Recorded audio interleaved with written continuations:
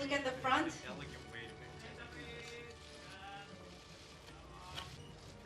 way? To your right? Let's go like this.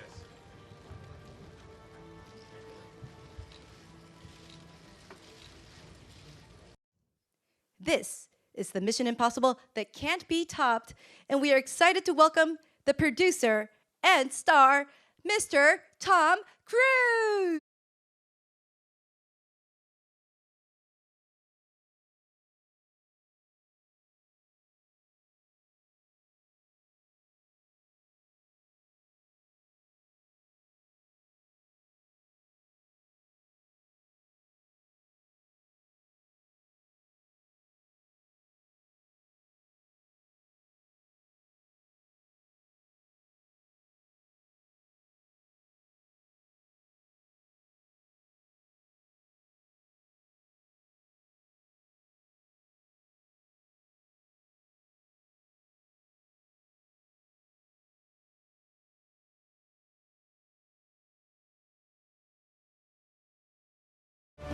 So welcome, Tom, and if you could grab the microphone next to you, if you could speak a few Thank words you so much for to the audience. the warm welcome. I'm very excited to be back here. Thank you.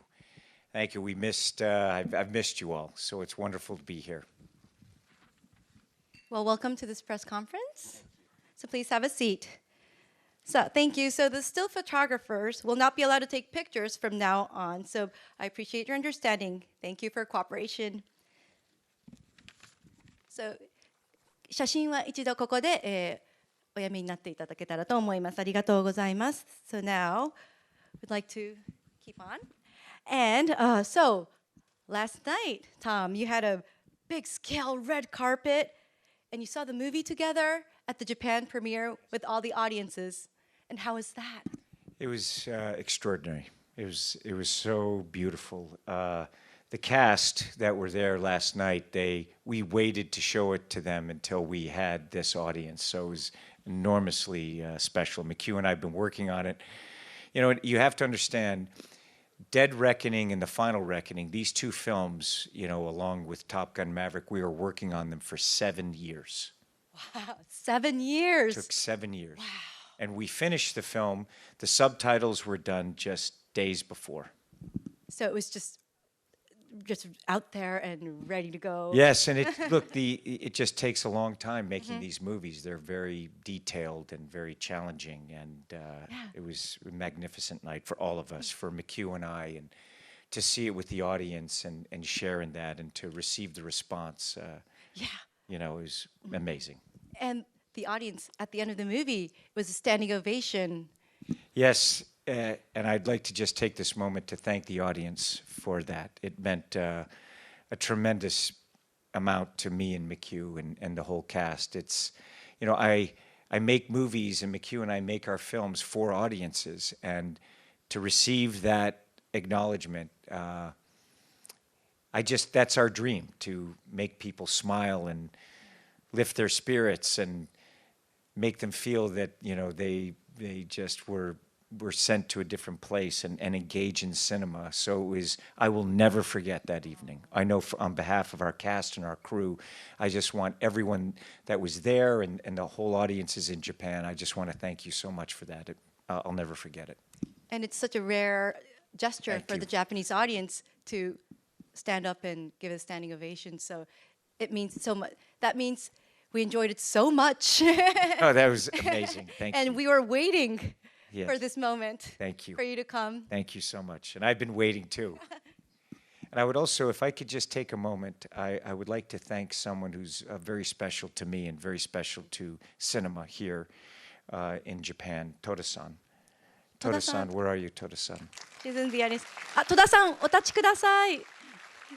Toda-san, who also, her and her team you. worked very hard Yes. to do the subtitles, and you finished it just days before, Toda-san. And she has subtitled over 1,500 films in her career. Yeah. And she is receiving an award, the Order of the Rising Sun. So I would like to applaud you, Toda-san. Thank you very much, And Tom. thank you so much. You're so that you are generous. you've done all my movies and subtitled them and Yeah. translated for me. And From the beginning. yes, and we were born on the same day. Same birthday. So Yeah, thank you. July the 3rd. Yeah. Thank you, Tom, for the kind words. Thank you very much. どうもありがとうございます。Thank you. Thank you. Yes, it means so much to all of us. I think yes. And so, this movie, I mean, I had the privilege to watch it in advance. It was just remarkable. I mean, it's so exciting. I mean, I was on the edge of my seat the whole time. Good. And at the same time, so emotional. I was in tears throughout the movie because it's the sum of all the Mission Impossible series here. Yes. Yes. Yes. For 30 years and what Christopher McQuarrie has done, I just think, look, everyone knows how I feel about him. He's an exceptional storyteller. And you see how he has interwoven the entire franchise into this and how the film has all led to this Yes. picture. And you've mentioned before that you feel privileged to entertain audiences. And why is that? And what makes you the way you do it in mission movies so special to you? You know, making movies is very special to me. It's something that it's not what I do. It is who I am. And to have a dream, I remember as a child, 4 years old, I wanted to make movies. And I wanted to travel the world. And I wanted to learn all of these things and learn about people and culture. And I wanted to fly jets and airplanes and parachutes and motorcycles and cars and you know, learn how to do samurai swords and so to be able to live my dream and to be accepted and allowed to entertain audiences, and it's something that I never take for granted. Ever, ever, ever. Every day on set, every day I'm preparing, I am thinking about this moment when an audience sits in that theater and watches it. And it is something that is a tremendous joy to me, and I have dedicated my life to it. It's everything that I do comes from it. I will learn a skill and then I'll apply it to cinema. And I love storytelling, so it is a privilege. And what makes this Mission Impossible series so special to you? It was the very first film I ever produced, and it's just been very interesting, the journey, making these movies. They're what I wanted. I was able to really explore motion, explore in a very unique way. It has everything for me where I get to take it and share different worlds, geography, and cultures with the world, which was my goal with Mission Impossible, where I get to challenge myself as a producer, as an actor, as a storyteller, with my stunts. So if every time I do the movie, I'm going, how do I make things better? How am I a better storyteller? How can I better produce these things? How can I be a better, a better artist to my cast, a better boss to my crew? To me, to lead is to serve. That is how I live my life, that it is something that I'm a constant student and also a teacher.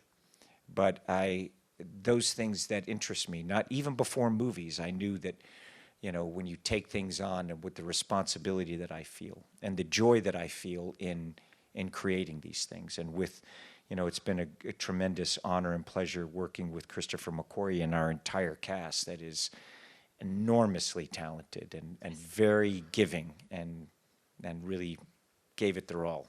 But I expect that from myself, and I expect it from others that I work with. And making these movies, it's not just me, it's all of us together. And much like the IMF team, our family, you have described Christopher McQuarrie as your creative brother. He is my creative brother, yes. And this is a partnership at its absolute peak. So the combination of everything you've done and learned together. So we'd like to welcome him here on stage. Now let's welcome writer and director of Mission Impossible: The Final Reckoning, Mr. Christopher McQuarrie.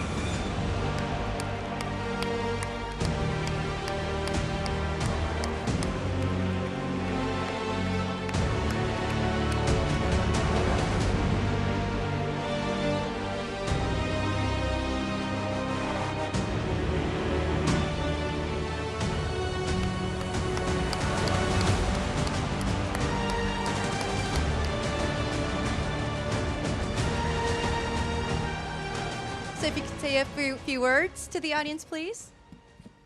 Hello, everyone. Thank you for coming. Thanks very much. It's a lovely welcome. Let's get some photos here.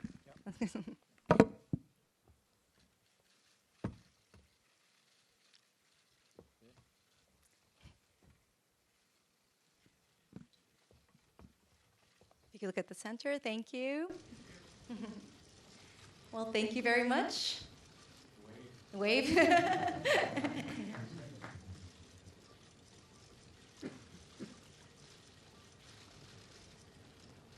And wave to Toda-san. Okay, the video cameras are at the back. Thank you very much. So please take a seat. Once again, welcome to this press Thank you. conference. Thank you very Welcome, much. welcome. So now the still photographers will not be allowed to take pictures from now on. 写真は今からご遠慮ください。よろしくお願いします。And I would like to continue on with our talk. And so in this film, you literally had to face the elements in the sky and in underwater alongside Tom Cruise. And we would like to hear more about this profound and pioneering partnership with Tom. It's one that I describe as a very long conversation about movies that's occasionally interrupted by production. That is what it's like. We're it's always very talking true. stories. Yeah, We drive to work together. We live together at times, like through During the COVID. pandemic, Yes. yes, we were The whole family. quarantined together. Our families were quarantined together. You were together? Oh, the only time we saw the sun was walking to the car in the morning, and by the time we finished work, it was dark, and that was all during the pandemic. While we were working on, we were in Top Gun Maverick, in post on Top Gun Maverick, in production on Dead Reckoning, and in prep on the final. This final. Reckoning. Oh, Yeah, we were doing all three movies at the same time. and you're traveling together right now. Yes. Yes, always, and his family. So we're always, we'll drive together to work every morning and just talk about the movies and stories and other movies that we're working on. We're always working on several other movies as we're shooting these movies. Who drives? Neither of us. Neither of us. He only drives on camera. Oh, on camera. Yes, yeah, I know. It's like sometimes we're going. Sometimes I'll drive you, or That I'll is fly true. you. That is true. I will fly you. fly In you? Norway, I will fly you. Actually, in Norway, you had to drive us to work. Yes, That that's was the only right. way for us to get Yes. to work was Oh, really? for Tom to. Yes, Tom was my driver. Yes, and I'm your felt very pilot. privileged. I'll And- fly And you in your the pilot. helicopter and in airplanes. I'll That is fly you true. in airplanes. Tom is also my pilot. He Yes. flies me to work every day. I'm his driver, his pilot.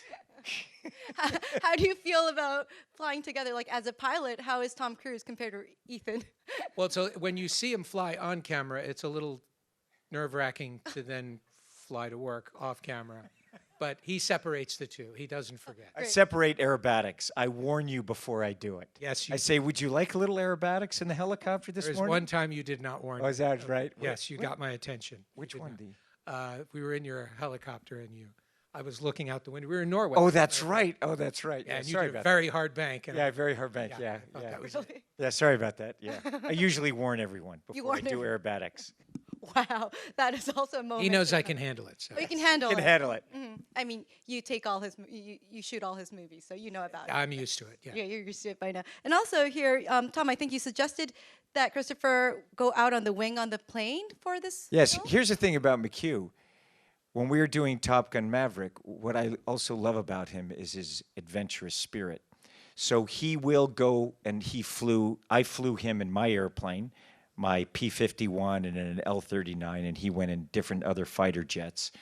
And then on this film, we were talking about the wing walking, and we were coming up with, like, I took him through, because I'm an aerobatic pilot, it's like the airplane can do this, and there was a lot of choosing the airplane and testing the airplane, and it was years actually preparing this. And then we talked about story, and he was like, okay, I want you to go from here to here in a couple of seconds. I was like, I can't do that. He's like, okay, well, I want you to do this and this. I was like, I really can't do that. And it was the simplest thing. Anything you would describe, he'd say, no, you actually can't do that. I can't do that. And I don't hear can't from him No, very often. I said just in terms of the speed, because the force of the air for me to move quickly on the wing was, you just can't do it. You're limited by the physics of how fast the aircraft is traveling and the force of the wind. That was utterly brutal. So I just said, listen, I think the best thing is if you just do it. Go out, sit in the airplane, go out on the wing and feel it, feel the pressure. So here I am training him to go out, going through. I had a 20-minute tutorial. From 20-minute training? 20-minute From me. tutorial on how to walk on the wing. Yes, and he walked on And the you wing. did Oh, yeah. the walk? Oh, yeah. Oh, yeah. How was the walk? It was great, actually. Yeah. It was a lot of fun. I would definitely do it again. But he also understood when the wind hits you, you stop breathing. Yeah, yeah. Because the force of the wind, it's you don't realize, but you can't breathe the air in. It's too much force. So I had to find ways to figure out how to keep my breath going with the physical exertion of being on that wing. So now he had that reality. And it was also, when we were doing the underwater sequence, he's directing me underwater, which is very unusual. We're having the director under there, and we had hand signals and the same thing when I'm on the wing. We figured out hand signals. He was in a helicopter, and he would open the door, and we'd go hand signals back and forth so that I knew what was happening. Like for example, what kind of... Yes, and if there was any danger or there's trouble or if there's with light, and he would direct me. We had hand signals for performance, let's do it again, are you okay? And I'd be like, I'm okay, This was light and... This is, I'm resting. Yeah. I'm resting on the wing. This is, I'm in trouble, I hope you didn't do that. Occasionally he would fix his hair. Yeah, occasionally it was like, sometimes, we did it. It was very brutal being on the wing. It exhausted every muscle in the body. I can't describe it. Like what I'm doing is not just walking on the wing. It is, I'm acting and moving through space. And, I trained the pilot to be able to take the aircraft inverted in 0G. And the aircraft, when we went inverted, the engine would stop. So, but all of these things, we worked very carefully for a long period of time. And figuring out what I can do physically on it. And there were times I had no more energy. I couldn't if anyone's ever done the hardest weight work of their life where they can't move and their arms are shaking, that's what it was like after a few minutes on that wing doing those things. So I had to train my body in a way that it would quickly, the muscles would process and gain more fuel. So it was really fascinating and very intense and exhilarating and very, very challenging. I have never, look, many times in my life I put myself in a situation, and we've been in situations that have been like, or he'll put me in that situation where we have never experienced anything like this. And that's what it was like on this with the aerial and with the submarine. And when you mentioned the underwater sequence, so, Christopher, you actually had a training for scuba diving. Yes. In order to go underwater and direct there. Yes. You could stay up on land and still direct. Well, we had done that in the past. We'd done underwater sequences before, and what typically happens is the director is out of the water, and you're speaking through another person who's talking on a microphone to everybody underwater. There's a speaker under there, and everyone can hear. And I describe that as trying to fix a pocket watch while you're wearing boxing gloves, because you're talking through people. I can't see Tom where he is in physical relation to the camera. I can only see what the camera sees. And so you have no spatial awareness, and any time you want to have any minor change, everyone has to come out of the water. You talk about it. And so you could get about 6 shots a day. And that was very, very time consuming. And for what we wanted to do, we knew that wasn't enough. So we devised this program to start shooting where we were underwater, where I was underwater with Tom. And we were now shooting 22, 24 shots a day. We were shooting faster underwater than we were on land. And that's the whole thing. You want to get as many shots as you can a day. Now, you have to understand, both of these sequences took years to develop. It's not just, it's developing and creating knowledge, the tanks that we had to build, the the gimbals that we had to build for the underwater, and he and I are figuring out how we do it, and me figuring out just the oxygen intake, the carbon dioxide buildup, the weight of the suit. You know, there are times when it was wet that it weighed 125 to 150 pounds, and I'm having to do pull-ups and different things. When you see me going through that, it's how do I move through space? And what we'll do is we talk about things, and then we just start, I kind of work out what can I do, how do we do it, and then he and I are kind of working on the visual language, and he's seeing where the camera is, and can we do this, and we just go back and forth on it, because, look, movies, they're a living thing. You can be in a room and try to, particularly these kinds of films, try to draw a picture or a CGI of what things are. We don't do it that way. It's real, and you're dealing with physics. And so these kinds of things, we don't know what the shots are until... Well, we've tried to do it that Yes. way. We animate the sequence. We animated the submarine. We animated the aerial sequence. When you got on location and you hit physics head first, none of what you planned is actually achievable. It's not real.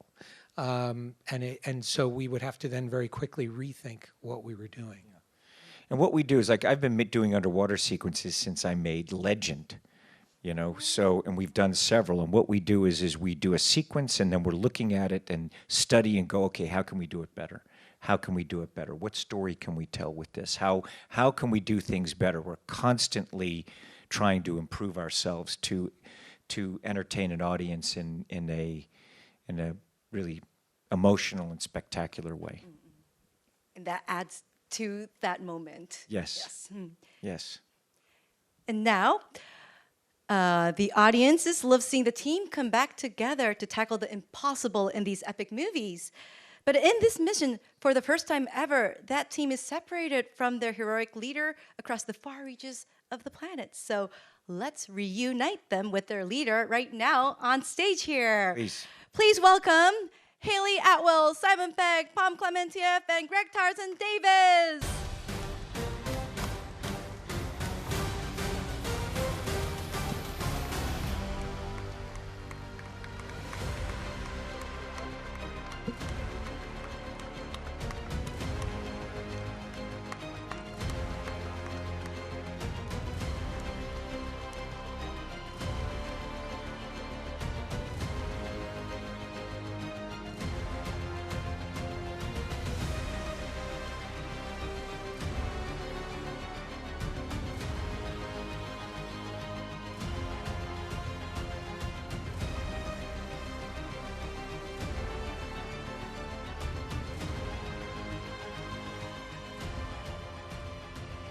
Welcome, everyone. And now, Haley, if you could give a few words, please. Yes. Oh, yeah. Can you get too close? Thank you. And we'll do a photo. We'll do a final photo shoot at the end as well. So, yeah. So, yes. So, if you could say some few words. Of course, it's an absolute pleasure to be here. It's so exciting to be able to come and start the press tour here in Tokyo. We wanted to come before, and so be able to be here is really precious. And last night was the first time I saw the movie, so I got to see it with Japanese fans at the same time.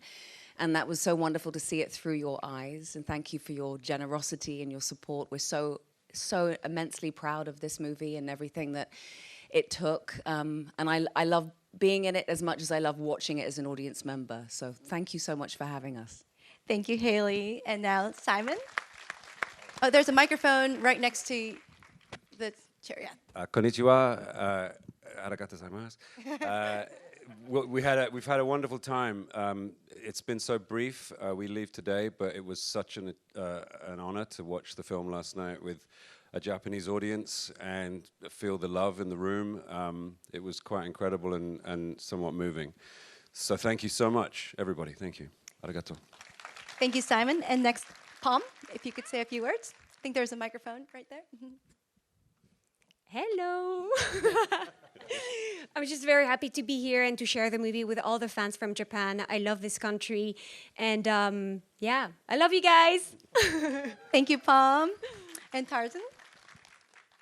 This is my first time out here, and I've fallen in love with this country. I look forward to coming back, and it was amazing to share in that experience of this movie with all of you. We've seen it for the first time with y'all, and it was incredible to experience that. So thank you.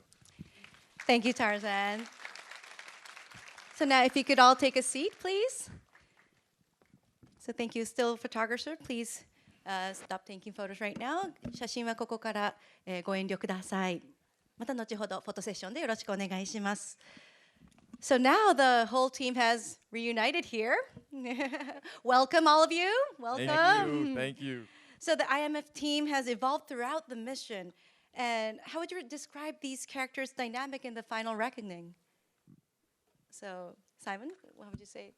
Well, this is my character Benji's first time leading a team, and he's given an assassin, a government agent, and a thief. So it's not the easiest team to wrangle, but it's so fun. These characters came into the story in the last film and are already so well drawn and so just brilliantly performed. And so it was an absolute pleasure to be their team leader. How satisfied were you? I was extremely satisfied. I think we gotta don't give too much away of the story. We gotta let them get the story. Yeah, no. They gotta see the movie, man. Way to go, Si. They gotta see the sorry, film. spoiler alert. 20 years ago this year I shot my first scene for Mission Impossible. So it's the combination of so much work and experience and just wonderful times. I saw him in Shaun of the Dead. I was like, oh my gosh, this guy's so talented. I really was like, do you want to come make Mission with me? You know, come on, man, come on. And he had, on the first day, he showed up and we gave him like a 3-page monologue. On the first day? On the first day. That sounds And we like rewrote Mission. it. I know, on the morning of the shoot. And that was the first time I met Tom and Ving.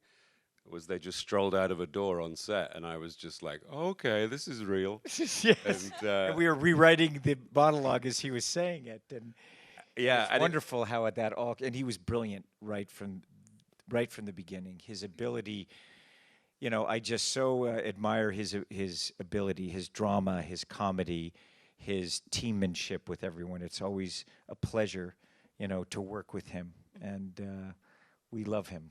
Thanks, boss. Yeah, you are amazing. And With all of these guys. Yeah, with all, really. with all of you. Yes. And Haley, how would you describe your character evolution? In the first one, she spends the entire movie trying to get out of a Mission Impossible movie and try to get away from everyone. She doesn't know who to trust. She's always been a lone wolf, independent, hypervigilant.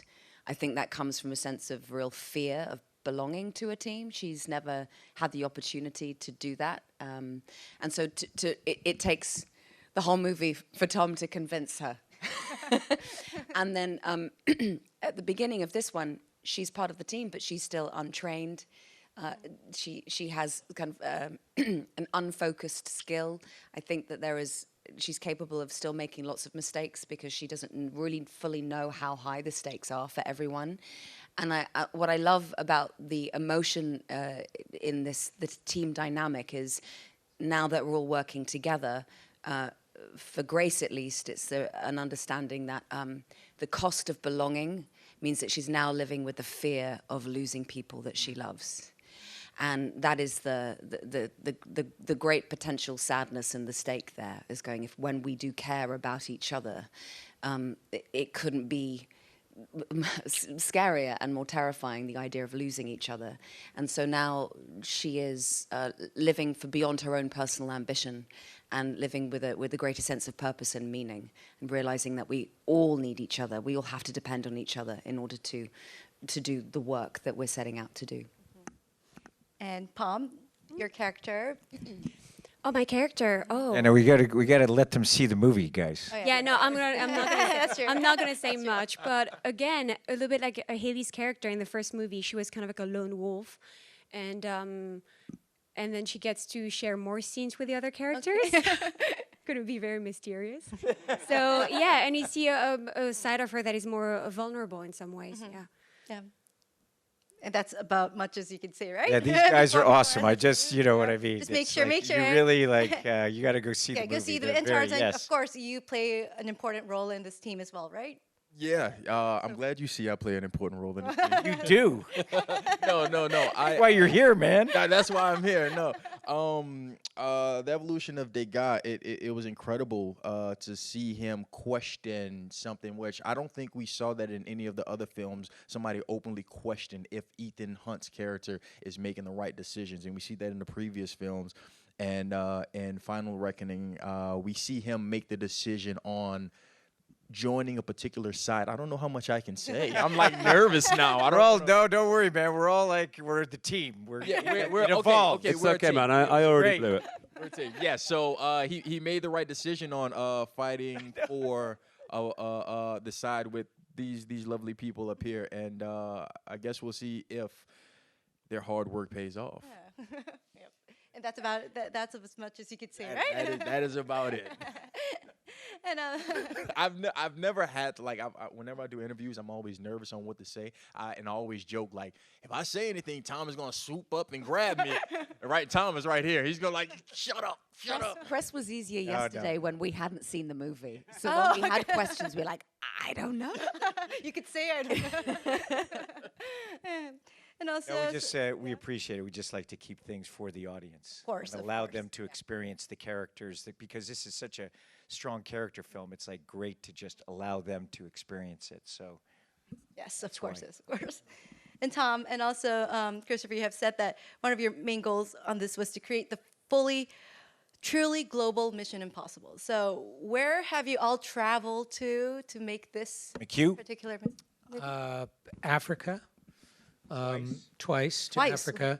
Drakensberg, Hoedspruit. Yes, Drakensberg and Hoedspruit in South Africa. Svalbard in the Arctic Circle. We were shooting on the ice cap. We were interrupted several times a day by polar bears. Like real? Oh, yes, and we were all living on a boat moored to the ice cap. A polar bear tried to get on our boat. We were at the very edge of the world. Belgium, we shot a little bit in Belgium. Where else am I missing? This one. England. And in the UK where we love shooting. Yeah, and when you look at Dead Reckoning and this film, both it was Abu Dhabi and Norway and Rome and Italy. Rome Venice, sorry. and Yes, Venice. Rome and Venice. Yeah. Yeah. So in the combination, it's been quite a journey. Like we mentioned the Arctic. You said, I Yes. think Haley, you all lived together in an icebreaker ship and played cards together. We did. How was that play- experience? It was the cards and like breaking bread with each other in the evening and just having that, being able to experience such a beautiful landscape in extreme weather conditions. It was minus 40 with the wind chill at some points. And we underwent lots of very important training to make sure we understood how to be safe out there on the ice. We are standing and working on a frozen sea. And that I was working with dogs, and so the one thing that was so wonderful about working with animals is there is such a purity of, if they trust you or not. They know if they like you or not. They're not polite, and you have to earn that respect and that trust from them. And so working with their handlers and what it asked of us to be in And the that temperature environment. in the Arctic also for us to work in that. It was very unique in terms of handling the camera. What was the temperature, McHugh? As Haley said, it was sometimes minus 40. Yes, and your all's faces with the winds. With the wind chill. And of Yeah. course, Wind we chill. brought our own wind. So But I feel like which Tom makes was everything looking harder. for the polar bears. We were trying to Well, avoid the polar we bears. went on the but you were snowmobile. trying- Don't you Yes. remember, Paul? Yes, I was We on went the back of the snowmobile, and he was like riding like so fast, and it was like in the back. I was like, oh my god, he goes so fast. But I'm not gonna complain because he's Tom. I don't want to be like you know what I mean. And and he was like, we have to find polar bears. I was like, yeah. I mean, do you think it's a great idea? I don't know. Yeah, let's look for polar bears. But I remember the first time we're coming onto the set, and we had so many layers on to keep us warm, and we had flasks of hot tea and hot chocolate and anything we could to just keep making sure that we could do this safely and comfortably. And I remember coming on set and seeing McHugh for the first time, thinking it was McHugh because you just see a bit of kind of you see goggles, and the only way I could recognize him is I saw his beard and his moustache, and it was fully icicled. So it was just like just this ice kind of mask that he was wearing, and I was like, "That's McHugh, I can see him." And it was just extraordinary to be there. I felt like I was in a moonstone, the light and how it would bounce off the snow, and knowing how that this is a place that most people don't get the chance to go to. It wasn't lost on me what a privileged experience it was to be in that environment, a place that many people had said it was impossible to shoot. So of course, that was an inevitable location for us. Yeah, and the cameras We like too. that word. You like that? Really? It's impossible? We're going there. We're going. Got to do that. Yeah, and you had to actually have the cameras working in that temperature. How was that preparation? That was very challenging, and also the camera operators, because they couldn't wear the same level of gear in order to operate the camera. So everything you had to take into account, the level of exposure, how long you could be exposed. And we learned very quickly not to fight the environment. We went with a plan, like with everything else, and physics became the reality. And so we adjusted everything very quickly and learned how to work with the environment instead of fight it. And what we learned very quickly is when you do that, the Arctic gives back. And what we shot there was actually quite beautiful, really one of a kind. It's one of the most beautiful places we've shot. And we get to see that in the movie, right? Yes. Oh, it's in the film, every bit of it. It's in the film, for sure. And now, from here on now, we'd like to take questions from the journalists here. And we have received questions in advance from the media. So we will announce the name of the media and the journalist. And when the microphone arrives, please ask your questions. ここからこちらの記者の方から、質問を伺っていきたいと思います。映画すごく面白かったです。これまでのシリーズのすべての要素をうまくまとめ上げたまさに集大成になっていると思いました。で、このストーリーのそもそもの始まりのアイデアはどこから生まれたんでしょうか。監督とトムになんですけれども、で、あと今回も伝統的な意味での脚本は存在しなかったそうですが、このストーリーを実際どのように組み立てていったのか教えてほしいです。So this is a question from Yo for Tom and Chris.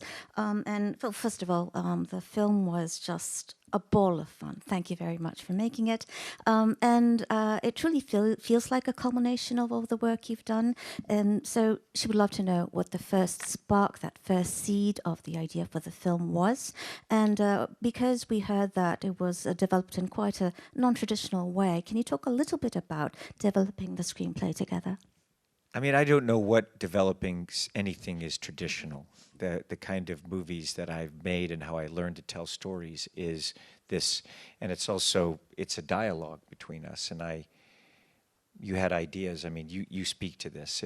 It goes back and forth and evolves. Yeah, it is the culmination of everything that we've done, in that every time we go out to do something, we find ourselves working as hard as we can on it, and we're always dissatisfied with the result. We always look at one another and say, we could do better. Every time we finish a movie, right before the credits rolled last night, he turned to me and he went, we can do better. I was like, yes. He says, I know we can. I know we can. Yes, we can. And there's another very important element to it, beyond the collaboration with Tom and I. We don't, when we're coming up with the screenplay, we don't write a role and then go looking for the actor. We find actors that we are really interested in working with, and we create those roles with them. So everybody that you're looking at here up on this stage is here because of an extraordinary talent, an extraordinary innate ability. And Mission is a very it's a very tough partner. Mission it takes a lot to make one of these movies. It takes even that much more to make more than one of these movies. And so it's a testament to the fact that everybody sitting up on the stage has been in multiple Mission Impossibles. It's because Mission loves them and what they bring to it. Everything that you're seeing that the actors are doing in this movie, particularly in this movie, there is so much subtlety in the performance, so much nuance, so much humanity, and so much emotion. And a great deal of it is not expressed through dialogue, but through behavior and through their interaction with one another. They are an enormous gift to us. They make the process so much more rewarding and so much more emotional. And it goes back to your question. The initial spark was emotion. The very first conversation Tom and I had when we started with Dead Reckoning, which led to the final Reckoning, was to make a more emotional movie, to take the things we learned from Fallout about emotion and emotional storytelling, injected into an action film about spies and international intrigue. And we wanted to do that not just for Ethan, but for all the characters in the story. And we could not have done it without the people you see sitting on this stage. And I have to say, his ability to tell a story, to create a story, to be able to just see that talent in artists. Like, he is someone, and he won't say this. The moment I met him, I knew, I was like, I'm going to work with him forever. His understanding of character, his understanding of an artist's voice and the ability to write for them. When you look at Usual Suspects, when you look at the films that he writes, and it's exceptional, his ability to come on and start writing for an actor. And movies used to be made like that. You would have a star or an actor, and films were built around them, you know, and that was done by the studios. I've had to do it personally for myself my entire career, how I choose my movies and build it around artists, you know, and he understands that and he sees it beautifully. He's not just in his room writing a character, he's spending time, and he'll spend time and watch. You know, those are the things that we're looking for. We want everyone to shine. You know, we love movies that are, anyone making a film with me, I'd hear someone saying, well, it's your movie. And I go, look, stop. Please don't say that. It is our movie. This is your movie as much as it is my movie and McHugh's movie. It's our movie. And your voice is important. I want to hear what you think. I want to hear what you want to create. And he has that ability to just so easily write structure, and you see the movement of this piece and his work overall. It's just, look at Top Gun Maverick. I mean, all of these things that it's a beautiful, beautiful talent that he has. And so I want you to know that. It's what happens with that. It's not it's written on the page and then you hire people and go shoot it. It's developed, and it takes a perception of humanity. And you have to be able to see and listen to people, what they want to do, and see their abilities. And sometimes their abilities that they themselves don't necessarily see. And you go, there's the light. Let that light out. And then that light translates into a story and translates into an audience enjoying the overall story. And my goal is to help. My goal in life is I want people to do better from having had this experience with us. And so that's what we do. Thank you. Thank you. Thank you very much. ありがとうございました。では、もう一つ、we have time for one more question. So this is from オリコンニュース、吉田さん。はい、吉田さんに、ではマイクを、if you could pass the mic to 吉田さん。お立ちください、吉田さん。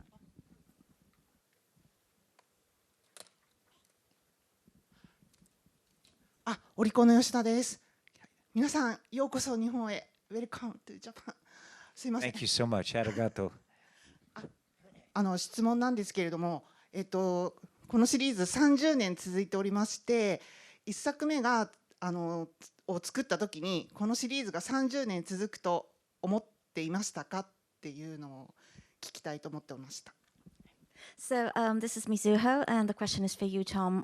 When you were making the first Mission film, did you ever imagine that this franchise will be going on strong after 3 decades? If so, why? What made you think so? And if not, why not?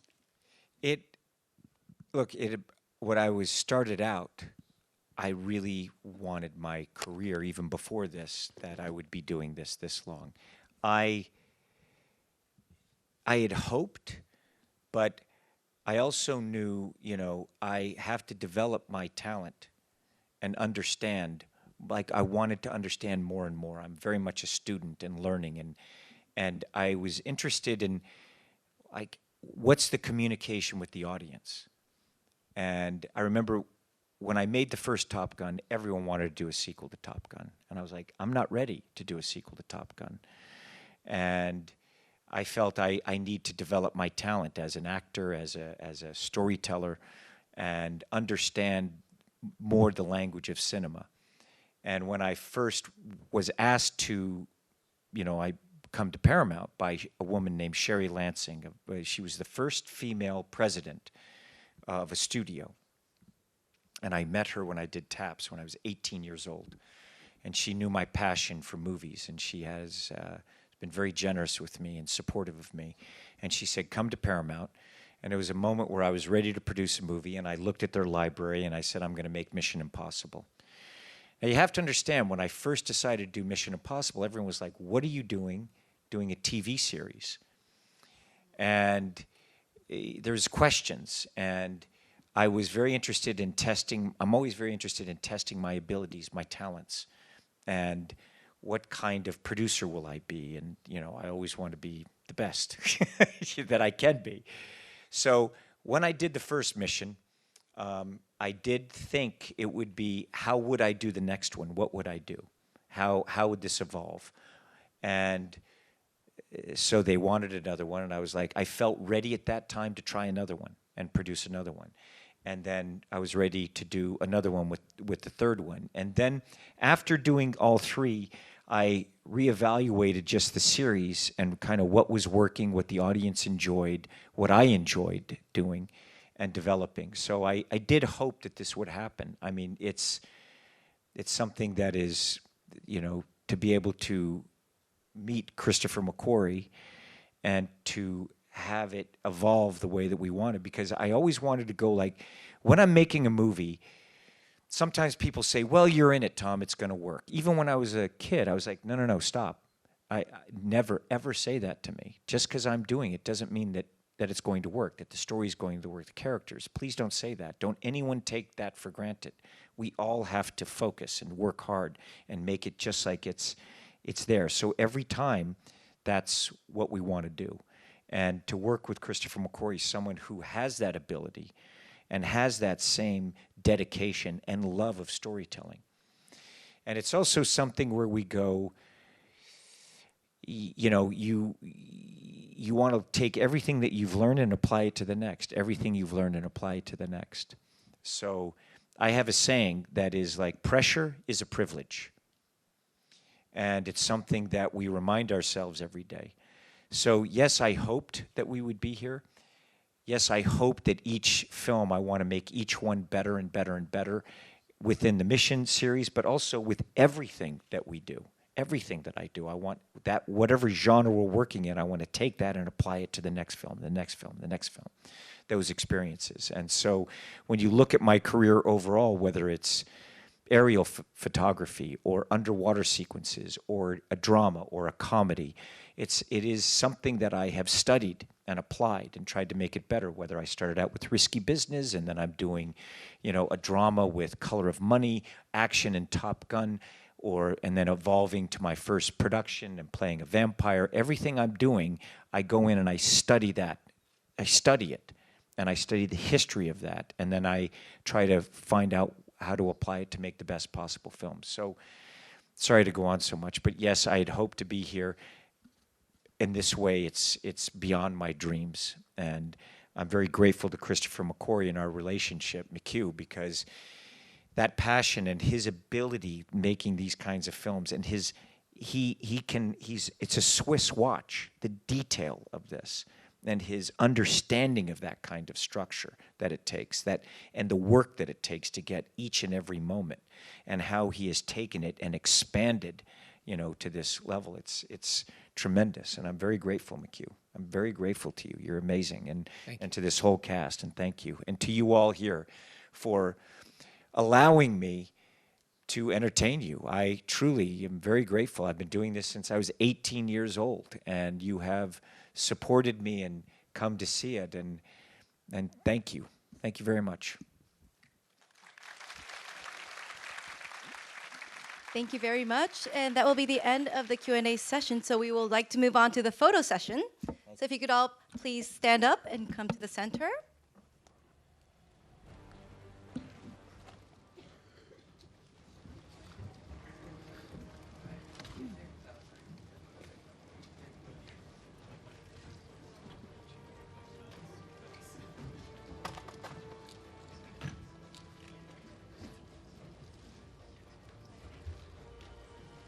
You could all get together and get close. Can you step a bit forward? Can you get closer to this? Stand up. Can you stand on the black part, please? The black part, just yep. Right here, yep. No jumping yet. So if you could just step. And now first, if you could look at the center camera. This is the official camera, so please, if you could look at the first camera right in the middle. Oh, can you wait? We're gonna get the chairs out. We'll clear out, and once we have that ready, we'll start shooting. And now we're ready. So if you could look at the camera in the middle first, please. Okay. Please look at the front.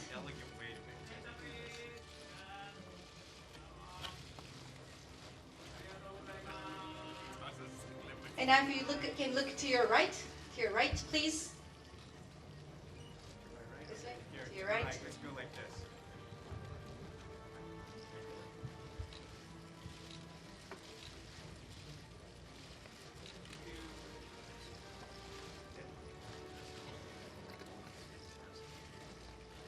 Thank you. Now, if you could take a look to your left.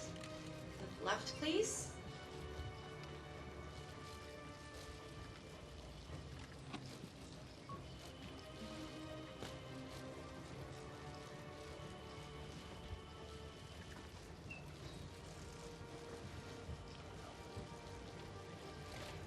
And can you look at the center, please? In the middle again. Yes, of course.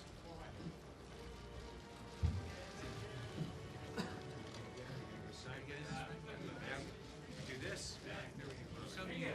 Yes.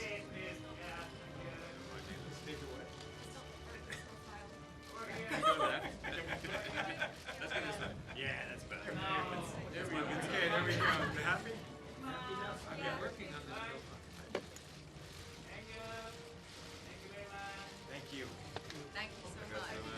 And now if you could, the movie is at the back, so if you could, the video cameras are at the back. If you could wave to the, back as in like in the seat, back seat. You could wave to the cameras on the back.